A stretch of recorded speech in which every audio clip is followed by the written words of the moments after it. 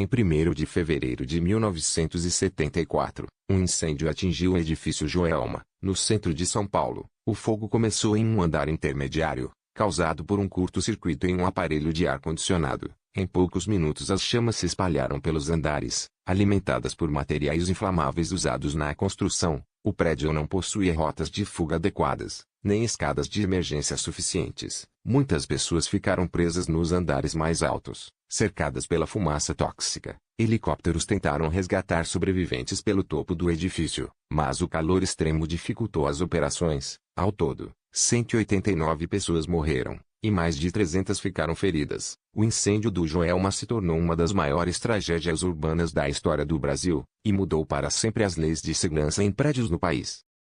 Na época do incêndio, o edifício Joelma não seguia padrões básicos de segurança que hoje são obrigatórios. O prédio não possuía escadas de emergência externas, nem rotas de fuga pressurizadas, o que fez com que a fumaça se espalhasse rapidamente por todos os andares. As janelas eram lacradas, impedindo a ventilação e dificultando qualquer tentativa de escape. O sistema elétrico era antigo e sobrecarregado, aumentando o risco de curtos-circuitos. Além disso, não havia brigada de incêndio treinada no local, nem alarmes sonoros eficientes para alertar todos os ocupantes a tempo. Muitos extintores não funcionaram corretamente, e o prédio não tinha sprinkleros automáticos para conter as chamas. Tudo isso transformou um incêndio que começou pequeno em uma tragédia de grandes proporções. Depois do desastre, as falhas do Joelma se tornaram um exemplo do que nunca mais poderia se repetir no Brasil.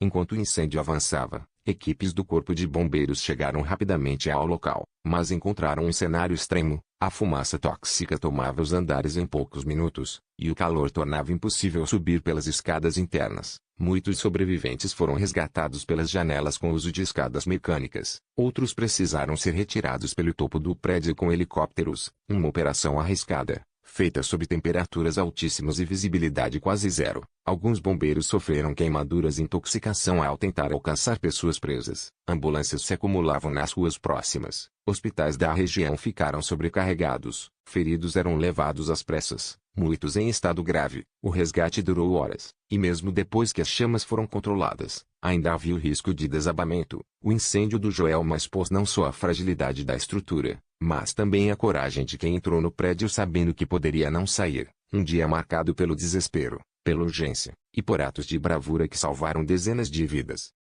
Após o incêndio ser finalmente controlado, o edifício Joelma ficou completamente destruído em sua parte interna. Equipes de perícia passaram dias analisando a estrutura e confirmaram que a principal causa da tragédia foi a rápida propagação do fogo, agravada pela falta de sistemas de segurança. O prédio precisou ser interditado e passou por uma longa reconstrução. Ao mesmo tempo, o impacto do desastre se espalhou por todo o país. Autoridades perceberam que muitos edifícios brasileiros apresentavam os mesmos riscos. A partir do caso Joelma, novas normas de segurança passaram a ser discutidas e implementadas. Tornou-se obrigatória a instalação de escadas de emergência, sinalização adequada, alarmes de incêndio, treinamento de brigadas e materiais menos inflamáveis nas construções. O incêndio também mudou a forma como o Corpo de Bombeiros atua em prédios altos, influenciando protocolos de resgate e combate a incêndios urbanos. O Joelma deixou de ser apenas um prédio, e se tornou um marco trágico que forçou o Brasil a rever suas leis, seus projetos e a forma como vidas eram protegidas dentro de grandes edifícios.